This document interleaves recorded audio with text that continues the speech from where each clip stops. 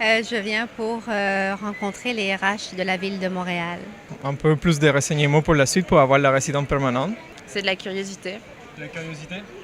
Il m'expliquait comment je fais bénévolat. Un peu d'orientation et un emploi. On aura l'occasion en fait d'avoir des photos professionnelles et de refaire nos CV.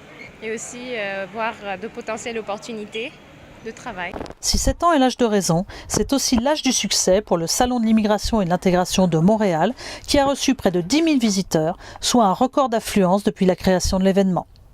Un seul objectif pour les exposants, les élus et les institutionnels, trouver des travailleurs pour alimenter une économie québécoise florissante et en plein emploi.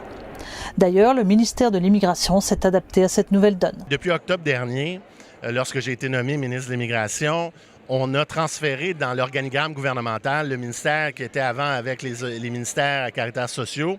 On a transféré ça avec les ministères à caractère économique pour justement symboliser, puis plus que symboliser, comprendre que maintenant l'immigration doit être vue à travers le prisme du développement économique. Dans les régions aussi, toutes représentées cette année, les taux de chômage ridiculement bas de 2 à 3 % poussent les MRC à venir recruter à Montréal. En toute logique, si les régions veulent tirer leur épingle du jeu, il faut qu'elles s'organisent, il faut qu'elles se concertent et il faut qu'elles aillent travailler de concert avec les organisations locales. On l'a entendu ce matin, la mairesse Plante, la Chambre de commerce du Montréal métropolitain sont prêts à partager. Donc venez nous voir.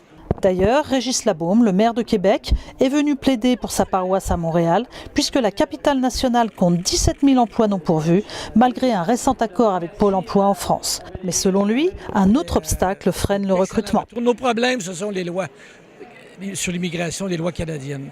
Les règles sont beaucoup trop sévères. Et ça nous fait mal parce qu'on pourrait avoir beaucoup de jeunes Français et Françaises, et même de plus âgés. Les gens veulent venir au Québec. Il y a l'Amérique, puis il y a le Québec francophone, ça les intéresse. Et la ville de Québec est la plus francophone en Amérique. Pourtant, le maire de Québec affirme que les Français ont toujours beaucoup d'intérêt pour la province.